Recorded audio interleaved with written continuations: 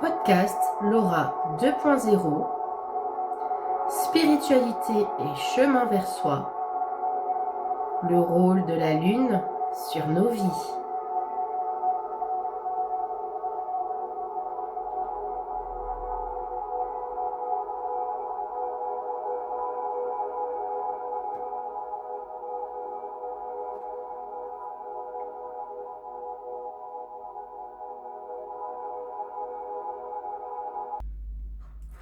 Hello et bienvenue dans ce nouvel épisode de Laura 2.0, spiritualité et chemin vers soi. Aujourd'hui, nous allons ensemble explorer un sujet qui nous fascine tous, la lune.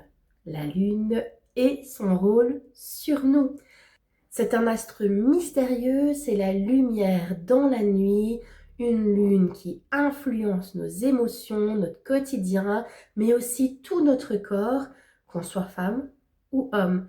Inspiré par le livre La Lune et vous, que vous retrouvez ici, je vous invite à un voyage entre les cycles lunaires, le rythme intérieur et la conscience en soi, de soi. Installez-vous confortablement et prenez une grande respiration et laissez-vous guider. La lune est en réalité le miroir de nos cycles intérieurs. La lune fonctionne en cycle. Vous avez la nouvelle lune, le premier quartier, la pleine lune et le dernier quartier. Ces rythmes de 28 jours rappellent nos propres cycles biologiques et émotionnels. Pour les femmes, ce parallèle est évident avec nos cycles menstruels, mais les hommes aussi ressentent ces variations énergétiques, même de façon plus subtile. La lune, en fait, nous influence sur notre quotidien. Pour la nouvelle lune, c'est le moment propice pour les intentions, les prières, les nouveaux départs et à l'introspection. Le premier quartier, lui, c'est l'énergie qui est mise dans une action, vraiment la concrétisation de tous ces projets, les projets qu'on met en route, etc. La pleine lune, là, c'est l'intensité, les émotions qui sont amplifiées, les révélations et surtout les prises de conscience. Pour le dernier quartier, eh bien là, c'est le temps du lâcher-prise, de la purification et du repos. Ces cycles nous invitent à vivre de plus en plus en accord avec la nature et surtout respecter notre propre rythme. La lune impacte sur le corps et l'organisme. Par exemple, chez les femmes, la lune agit comme un miroir de leur cycle hormonal en fait. Période de fécondité, moment d'intuition et au contraire de fatigue. Chez les hommes, elle stimule l'énergie vitale, la créativité ou parfois même les doutes et les tensions. Même nos nuits de sommeil, finalement, notre digestion, notre vitalité peuvent être influencées par la phase lunaire. La lune et les émotions. La pleine lune, notamment, intensifie les émotions. Elle pousse à revisiter nos blessures ou nos ressentis, à ressentir un trop-plein d'énergie. Observer ces moments sans jugement permet de mieux se comprendre. Et vous voici mon moment de partage. L'extrait que je vais vous lire provient de ce livre-ci. Alors ce livre-ci, il a quand même une petite histoire. Je l'ai obtenu dans un vide-grenier d'une amie voilà, qui s'appelle Antoinette et dont voilà, je la remercie parce qu'il m'a guidée toutes ces vacances d'été et ça m'a vraiment aidée à vivre beaucoup mieux et à comprendre certaines choses de mon corps, de l'univers et ça m'a vraiment beaucoup aidé ces vacances-ci. Donc voici l'extrait. Qui d'entre nous n'a dans son cœur un souvenir tendre lié à un beau clair de lune?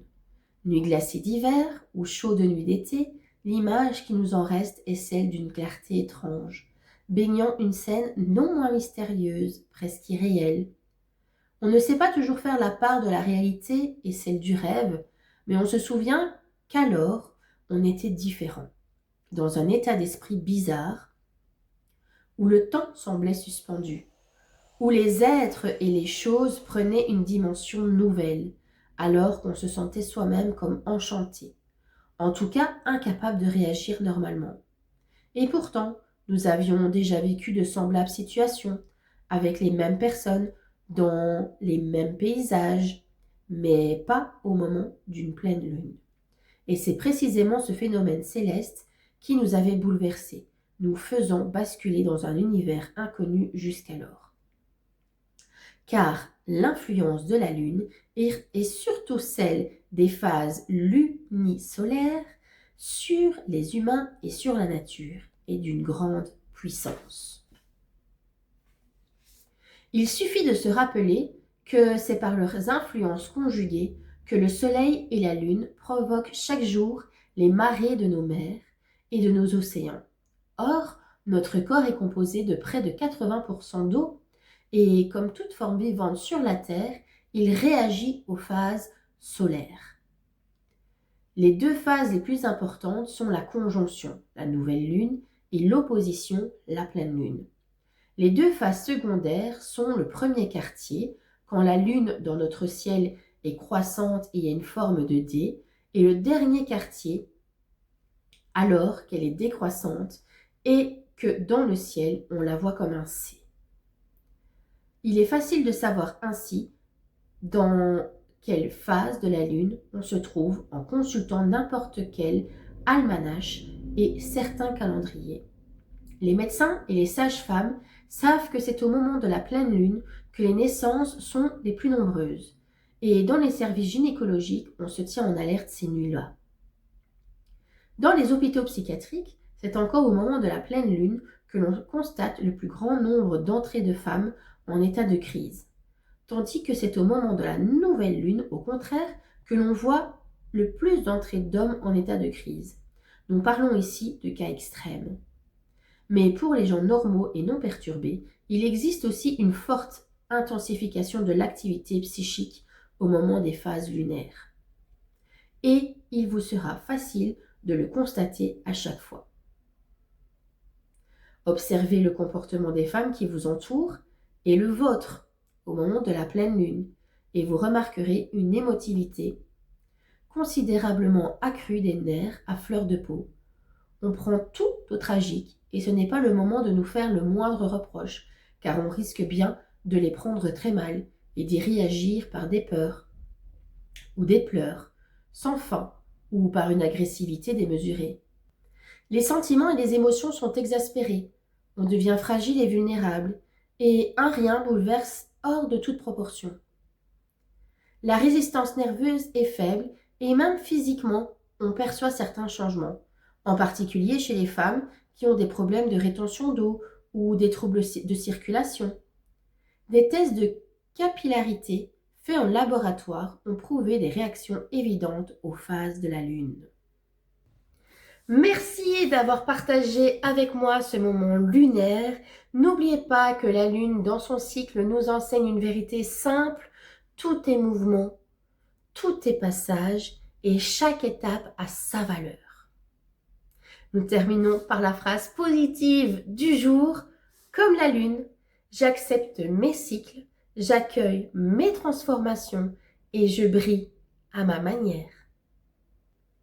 À la semaine prochaine dans un nouvel épisode de Laura 2.0 Spiritualité et chemin vers soi. N'oubliez pas, je suis présente pour vous sur Facebook ou sur ma chaîne YouTube. N'hésitez pas à aller liker. La page YouTube a exactement le même nom que la chaîne Facebook. Laura 2.0 Spiritualité et chemin vers soi. Portez-vous bien. À la semaine prochaine.